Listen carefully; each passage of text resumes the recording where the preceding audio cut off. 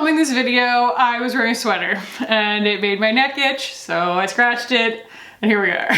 Welcome to my life.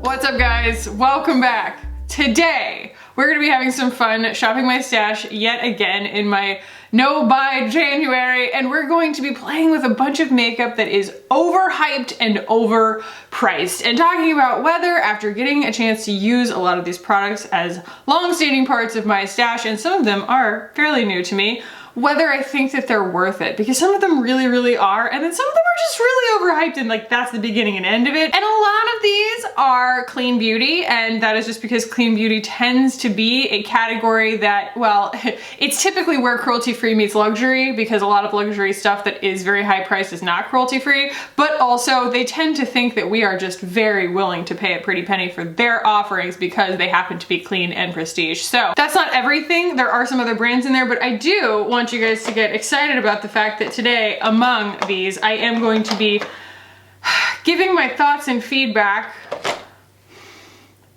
on the Fit Glow Beauty lip glosses that only a small but vocal minority of people on my channel have had some very strong opinions about me trying and testing, and we will get to that later on in the video, but this intro is already long enough. I'm gonna move you guys in and we're gonna get started. Okay, so the first thing that we're going to be chatting about today, and this is probably only the second time I've used this on my channel, it like went through my review process. I wore it enough times that I felt comfortable reviewing it, and then it just went like completely out of my brain. I don't know, but this is the Kjaerweis, their new liquid foundation. I mean, their newer liquid foundation, and I have it in the shade Lightness. We've talked about this before, but this is a delivery system that leaves quite a bit to be desired. And while this is not the most expensive thing that Kjaerweis has ever put out, it is still a $48 foundation. God, this is such an aggravating little delivery system, though. I can't even, it's impossible to get this out of the bottle. I'm just gonna go with fingers here. So yes, this is $48. This is a product that I had a lot of questions about, because I was like, why do you guys need to put out a liquid foundation? I like your cream foundation just fine, you know? And is it a bad foundation? Absolutely not. It's very, very pretty. It is $2 more for the bottle than the Ilia Super Serum Skin Tint, but it doesn't have a sunscreen in it, and it does have a fragrance to it, which is not my favorite. And also, it's behaving really nicely on my skin today because I'm also using the Super Goop, their new vitamin C sunscreen serum. I forget what it's called. I'll put it on the screen. I don't know, because I've only worn it today, like, you know, if it works under all kinds of different makeup and stuff like that. I'm not sure yet, so I don't want to give a full review, but it's very, very serumy. It's very dewy, and it adds so much bounce to my skin that I almost think that that's half of what you're seeing here, because I remember this not doing quite this good of a job of like blurring and making everything look so bouncy. But it's not a bad foundation. I just think that the Super Serum Skin Tint would make you happier for slightly less money. So that's the Kjaerweis liquid foundation. I think you can do better for the price. This, however, guys, this is really tough. So this is the Vital Skin Foundation Stick from Westman Atelier. This is another overpriced and overhyped product, one might say, but I would argue, bang for your buck, this is an absolutely incredible formula, and it is something that I will finish. That's it, that's all I have left, and I will repurchase. I absolutely come back to this product all the time and again, and it is the most flexible. I would not call it a foundation. I consider it a concealer. I wouldn't want to put this all over my face because the coverage is so beautiful and so seamless. You don't need to cover your entire face in it in order to get something that looks even. This does have a greater than the sum of its parts je ne sais quoi about it, where when you put it on the skin, you go, I don't understand how it's doing what it's doing, but it just makes magic happen. And I'm also going to use a little bit of this to blend my jawline, because again, the foundation shade is just a touch deep, maybe a touch yellow for me, and this is a perfect match. I have it in Atelier 0. Okay, what have we next? Yikes. Guys, if I am not mistaken, this thing is like $46 or something like that. This is the Lila B Be Lovely Divine Duo Lip and Cheek. They really have a high opinion of this tiny, tiny little thing. Like, to charge that much money for it It is a very pretty color that is entirely dupable. It is not an undupable formula by any means. And I actually think that the better version of this, if I have it on hand, yes, is Waking Up by Ilia. Again, not a super inexpensive product, but I think it's less expensive and I like using it better, but we will go ahead with this one. The thing that I do like about this actually is the shade, because it bridges the gap between a bronzer and a blush, at least on my skin. It's just sort of rusty terracotta rose. Those are three different things, but it blends all three of them together so that you don't really feel like you need a whole lot of other colors. You can just sort of go with that. And so a little does go a long way in that sense. And I think that this, I don't know, I've never heard anyone stan Lila B. They sent this to me and I like their lip oil, I think, but again, I've just never heard anybody be like, well, Lila B, that is the brand that I know my next most profitable dollar is going to go to, you know? Even clean beauty people typically are not huge Lila B people. So yeah, I mean, that's absolutely beautiful. I'm not in denial of that, but I just don't think that it's worth that crazy price for 0.08 ounces or 2.2 grams of product.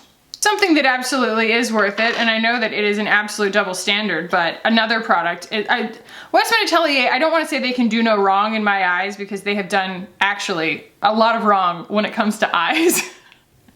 Their little eye pods and their mascara just absolutely did nothing for me, but this blush in Petal is one of my favorites, and it's another one where when I run out of it, I will repurchase it. And again, it is the formula, but it is also the shade. It's just such a lovely shade of pink. And the formula is really, really pretty. It doesn't go quite as dewy as everything else on the skin. It's just got a nice, finish to it. It's got a lot of pigment to it. And for whatever reason, it's just something that I always reach for when I'm looking for that perfect pink. Yeah, I have never been able to dupe this particular shade, which is a little bit weird because it's just a dusty rose color, but I don't know. So yeah, that's a super quick complexion situation, and I am a little bit dewier than I really want to be right now, so I am going to take a little bit of my Well People. This is not overpriced or overhyped. I think it's underhyped and pretty aptly priced. And I'm just going to touch that where I need it. I told you guys I was gonna try and integrate this on my channel a little bit more because I do like to selectively powder, and this is such a good selective powder. And I realize that as I'm going through these, it is purely my opinion whether these are good. It's not a pound for pound how much you're getting for your money kind of thing. It's truly just whether the formulas blow my mind, and the ones that I really, really love, I almost can't explain why I love them other than they're just really, really fun and easy to use, and that I just reach for them over and over again because I know I can count on them. And other than that, I guess I'm just asking you to trust me. So the next one is the Hollywood Superstar Glow Highlighter. I just got this at the Sephora sale. And I would say that it's overhyped in the sense that, it was kind of given this whole fanfare of like, oh, look, it's this big thing and this big pan and whatever. And it's this one highlighter color. Like, that's what we're presenting for the holidays, is that everybody can wear this one highlighter color, when we all know that that is not true. And you know what? It's fine. I don't see myself buying any more highlighters for a long time. I think that the Milk Flex highlighter is more satisfying to use than this. I think that you can go to many other brands and find a shade that matches you instead of just trying to shoehorn all of our skin tones into one highlighter, Charlotte Tilbury. So yeah, I don't know. I don't think that this is necessarily worth it. Also, look, I don't know whether they painted this or what, but the silver is already rubbing off of the outside of the package, and it's just been kind of floating around in my drawer. So that's kind of weird. If I really, really cared about that kind of thing, that would disappoint me. It's a little odd. I am, however, feeling very pretty right now. That highlighter, I don't hate that highlighter, I just don't think it's worth $55. Okay. Let's talk about some eyeshadows here. I feel like there's so much hype and also so much overhead in terms of the pricing when it comes to one and done eyeshadows that you buy in their own little pot. And I have 4 here from 3 brands. I have the Charlotte Tilbury Oyster Pearl Eyes to Mesmerize. I have the Hourglass Scattered Light Glitter Eyeshadow in Ray. And then I have 2 of the Victoria Beckham, what are these things called? Lid Lusters. I have Blonde and Mink. And we're going to put all of them on my eyeballs. We're gonna try anyway. So I'm gonna start with Oyster Pearl. This is one of the eyeshadows where I admit I was entirely influenced. Everybody in the no makeup community on YouTube swears by this because it is just such a subtle, easy thing to wear on your eyes. Absolutely. I think that for that, if that's your thing, 100%, but I don't know if I am ever going to be that effortless about my eyes. I have things that I want to compensate for when it comes to my eyes. You know, I can just pile things on my cheeks. That makes me happy. My brows, I'm just like, ooh, let's just make them look more browy because I love how they look already kind of thing. But I have so much scaffolding that I feel like I put down when it comes to my eyes, especially in the form of my eyeliner, just to make sure that my eyes don't look so stinking close together. I know that's probably something no one has ever noticed about me before, but my eyes are very close together and I can see it in, oh my gosh, my baby photos. Oh my God. Especially staring at my baby with his gorgeous wide set Mediterranean eyes for so long, and I look at photos of myself and my husband's like, why are your eyes so close together? I'm like, I don't know. And so it is something that, even if it's not something that other people notice, it's something that kind of bothers me. And so cream eyeshadows, they have to be very, very specific. They have to be able to tolerate an eyeliner, and I don't feel like this formula does a good enough job of not moving around to tolerate an eyeliner. So I will always go for a Thrive Brilliant Eye Brightener instead of something like this, just because it doesn't move around and it doesn't have to have a dry down. It's not so wet. It's not wet at all, really.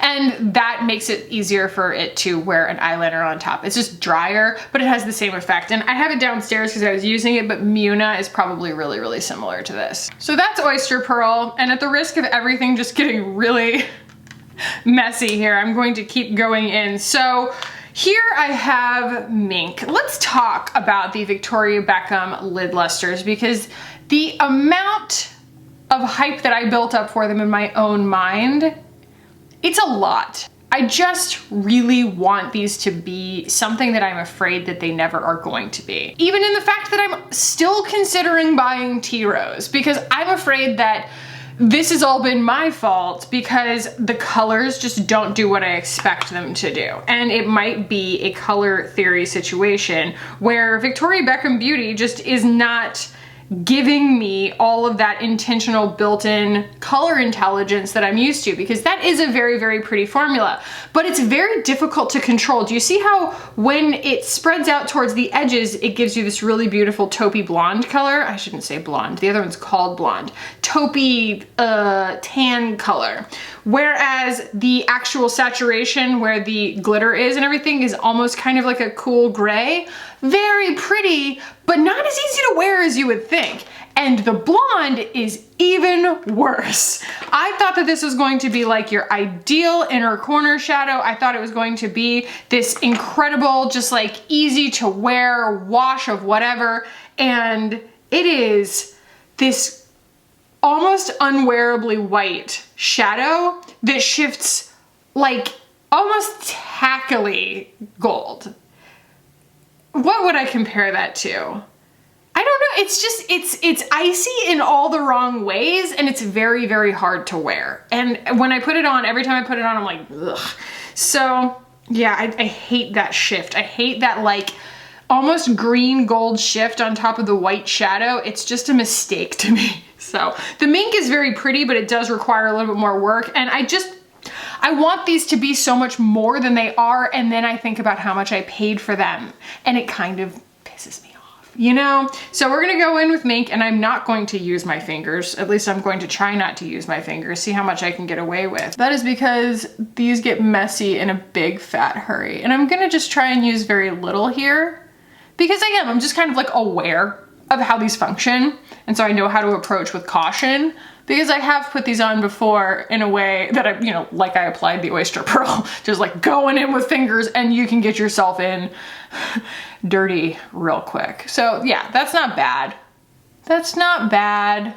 It does really take something remarkable though for me to want to reach for a single eyeshadow. You know, you gotta have to like install it in my brain, and it has to have some really, really good resonance for me to feel like, oh yeah, no, that's something I want to reach for instead of, or on top of pulling out a palette. So this is a really old Makeup Geek pencil brush. I don't think that they make this anymore because it was pre-rebrand and everything. But you can use any pencil brush to get this kind of control. I also think I expected this to be wetter. It's not wet at all. I don't even have anything. Do I have something stiff enough that I feel like it will actually spread that out so that I can achieve that taupe color instead of just the local gray of the glitter? And yeah, it might just be a case of me wanting this to be something that it's not. But it was a very, very expensive experiment. Also, here's a pet peeve, guys. It's almost like this is not an unpopular opinion at all. This is like a layup. But whenever Victoria Beckham Beauty sends out an email blast, like a marketing email, they're like, get Victoria's look, blah, blah, blah. And then you scroll down to see Victoria's look and she's going in front of the camera, or the camera's moving or whatever. It's super blurry. Everything on their website is blurred. Like all of the model photos and everything, they've just been like, either the camera was actually moving, or they have an effect that they put on every single photo so that all of the makeup shots are just like smudged. And I'm like, I want to see what the makeup looks like, guys. You want me to pay that much for a product and you're not even gonna really show me what it looks like? That's just insulting. Oh no, khaki, we got Fallout. We got Fallout in Fallout City. Oh, that's so annoying, khaki. How could you? So a lid luster will set you back $36 plus shipping, and it is in my eye now. It is in my eye. It has taken up residency. It has filed its taxes. All right, let's go in with, sorry, I got that in my eye too. We're gonna go in with blonde here.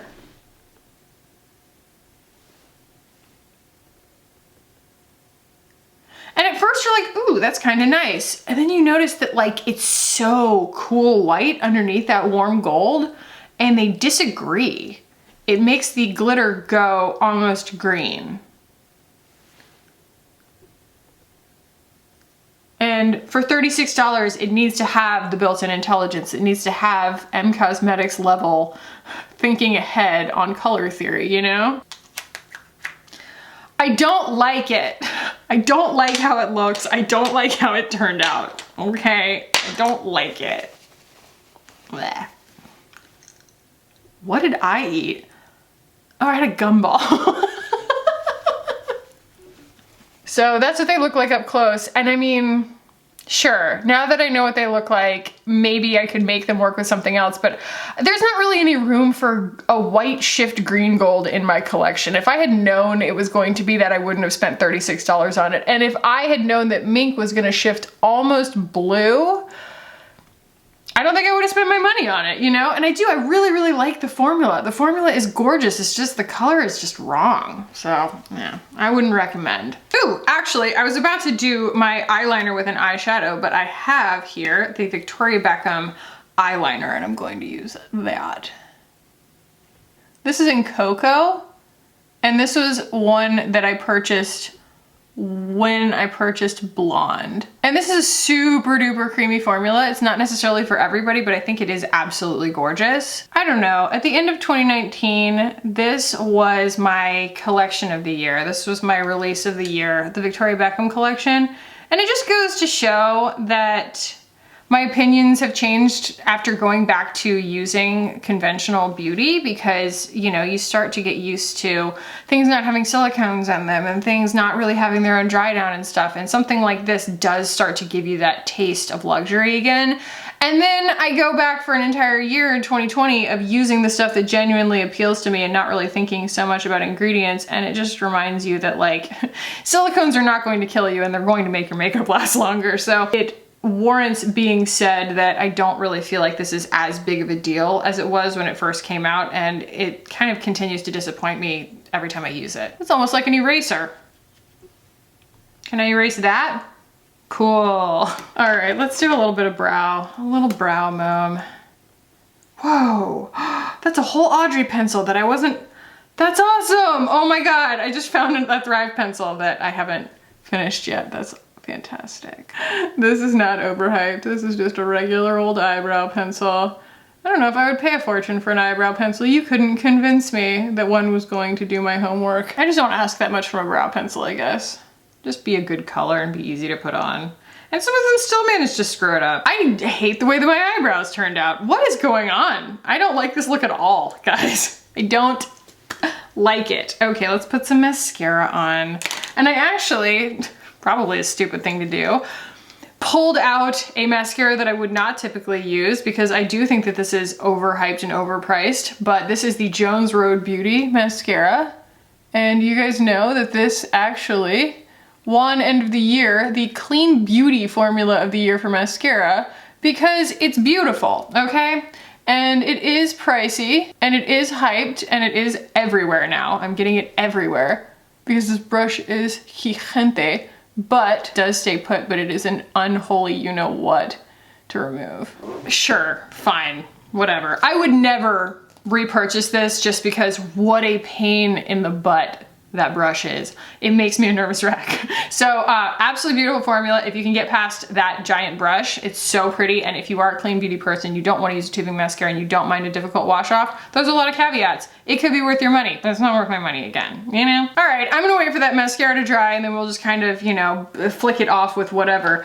But now we're here at the coup de grace, fam. I'm trying to actually grab them while talking, which is proving impossible. So, State of Kate.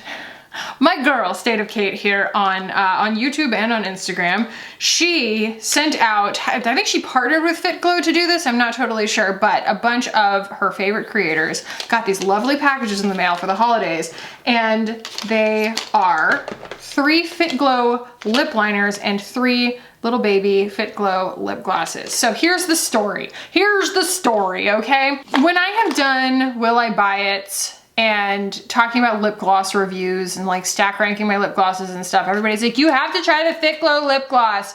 And I saw the price on that thing and it's $42 for a lip gloss. And I think I just went off. I was like, $42 for a lip gloss.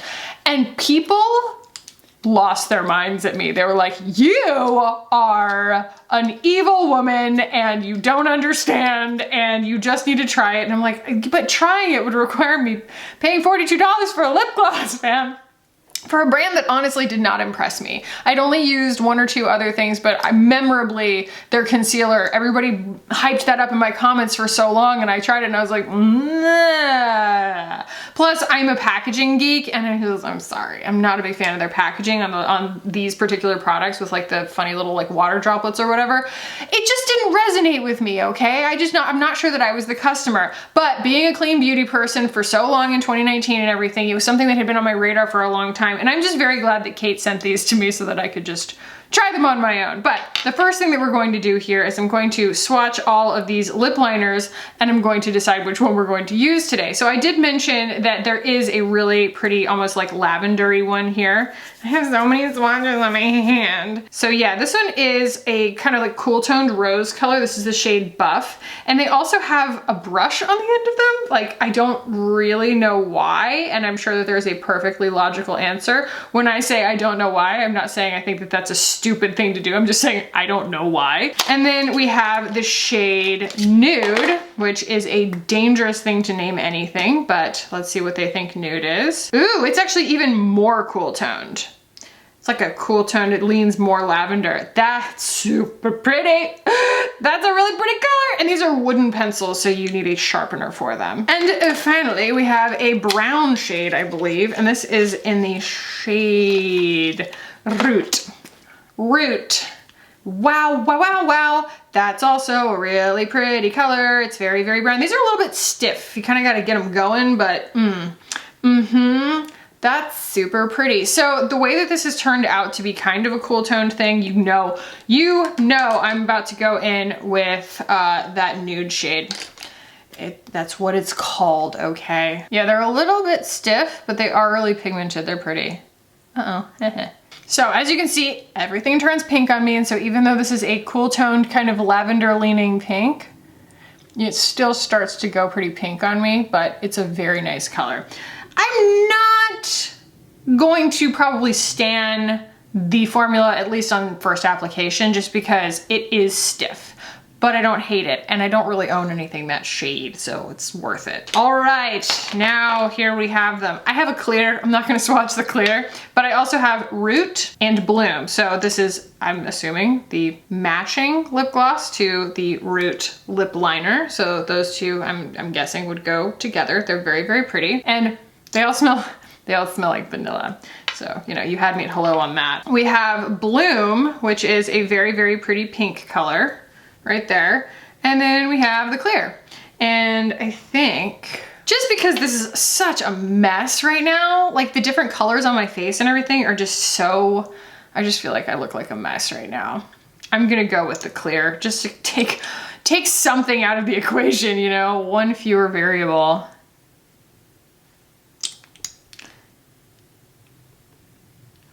I will say I've used this like 3 times already and it's like almost gone. They're almost samples. So I better figure out which ones I like in a hurry. So the main thing that I have heard, which I'm sure someone's already commented because I didn't say it right out of the gate, is that yes, they're $42, but you get a ton of lip gloss. Like apparently you're getting your money's worth once, twice, 3 times over some other brands that are giving you like these little pipsqueak amounts of lip gloss. And so that is a decision that they made, which is cool, you know, minimizing packaging and things like that. And it removes to me some of the barrier and the, you know, the criticism that I have had for it before. When I see $42 as a price tag on a lip gloss, I'm thinking, you know, who do you think you are? You just don't really hear about people giving you a whole ton of lip gloss. So, you know, I like didn't even think to check kind of thing. So here are my thoughts on this here lip gloss, because the whole thing that people say is, I can wear this to bed, it nourishes my lips, it has, I might have lanolin in it, I'm not sure, but it's supposed to be very long wearing, and it makes your lips feel really, really like plump and smooth and like, you know, almost like a jelly bounce kind of thing. And I will say, I can humble myself before my previous self and say, I get it, okay? I get it, and I would absolutely buy one of these in its full size. Probably the clear, just to kind of kick it off. I like to have control, you know? And this freaking lip liner is so stinking pretty in the shade Nude. Oh my gosh, this combination. Are you seeing this right now? Like, screw my eyes. I'm not a fan of what ended up happening on my eyes, but the way that this brings out all of the best tones in my complexion, I'm really, really here for it. Let's put a little bit of brow mousse in, and then I think we're done. I just put something like $500 worth of makeup on my face just now, and I have some thoughts on all of these things. So starting with the Kjaer Weis foundation, as I've had it on, it has only gotten dewier. Wow, and again, that might be the Super Goop sunscreen underneath it that I'm trying for the very first time today, but I've been wearing it all day and it didn't do this. You know, it's like 3 o'clock in the afternoon. I've been wearing that sunscreen since I woke up. So yeah, if you like a dewy foundation, it's fine, but I really can't get past the decision to put such an icky fragrance in it. And again, it's just kind of overhyped to me for what is, at the end of the day, a pretty normal skin tint. The concealer.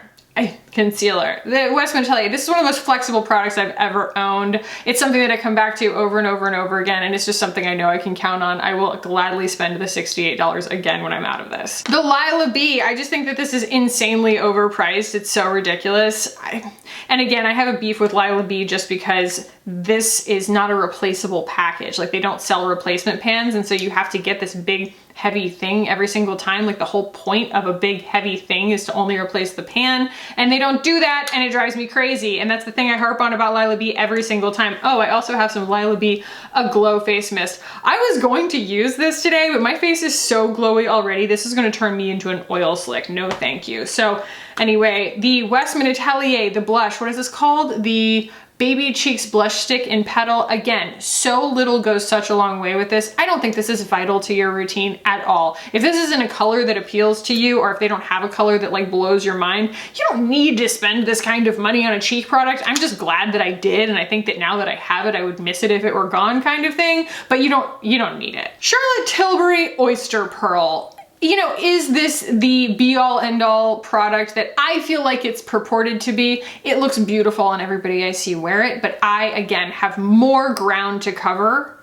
than just eyeshadow on my eyes. There are plenty of people who put a lot of work into their lips or a lot of work into contour and a lot of work into their eyebrows. I'm a person who puts a lot of work into my eyes to make them look the way that I want them to after everything else is done on my face. And this just doesn't give me effortless the way that I was hoping it would give me effortless. It is still quite a lot of work after the fact, and I feel like it makes my work harder. Just any kind of like very wet cream eyeshadow is gonna make my work harder. I would much rather use a Thrive Brilliant Eye Brightener. I feel like I talked myself in circles about these already, but the Victoria Beckham lid lusters, they're just not what I thought they were, and they make me sad for that fact, basically. And for $36 a piece, I just wish I hadn't done it. I'm in the habit now of doing my eyeliner with an eyeshadow. I just like the control that it gives me, but is this a bad eyeliner? Absolutely not. If you do let this dry down, it does become a lot less movable, so you get a lot of time with it to make it really nice and creamy, but then it will dry down. I just don't think that it's the holy grail formula that I once thought that it was, and honestly, I don't even have a holy grail eyeliner formula, so that's not even really saying much. And then finally, I just want to thank State of Kate.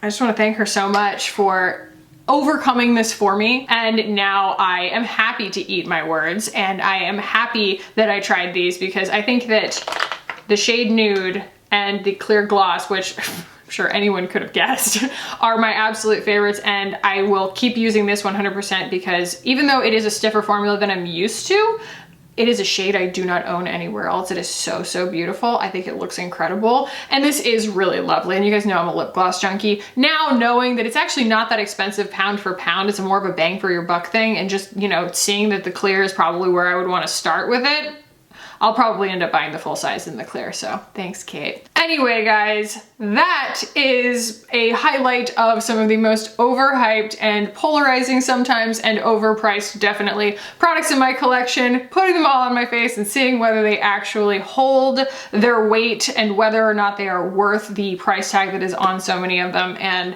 I hope that this was helpful for you guys. It was certainly a lot of fun, and honestly, I kind of feel like decluttering some stuff now. like those lid lusters can just, I don't know if I will ever actually reach for a lid luster again. So if you guys have Tea Rose or Honey, the two new shades, and they're just like mind-blowing and definitely better, and like the glitter shifts in a way that's flattering or something like that, let me know. I did, again, watch State of Kate's review on it, and I was like, Tea Rose looked like it might work for me, but stop me because I've already been fooled twice on this. So let me know if you guys have that. So anyway, thank you guys for watching. I hope you did enjoy it. If you did, give it a thumbs up, please. If you want to keep hanging out with me on this channel, hit the button down below and subscribe. I would love it if you guys did. Thank you so much for watching and for hanging out with me today. I love you guys so much, and me and my greaseball face. We'll see you in the next one. Bye, guys.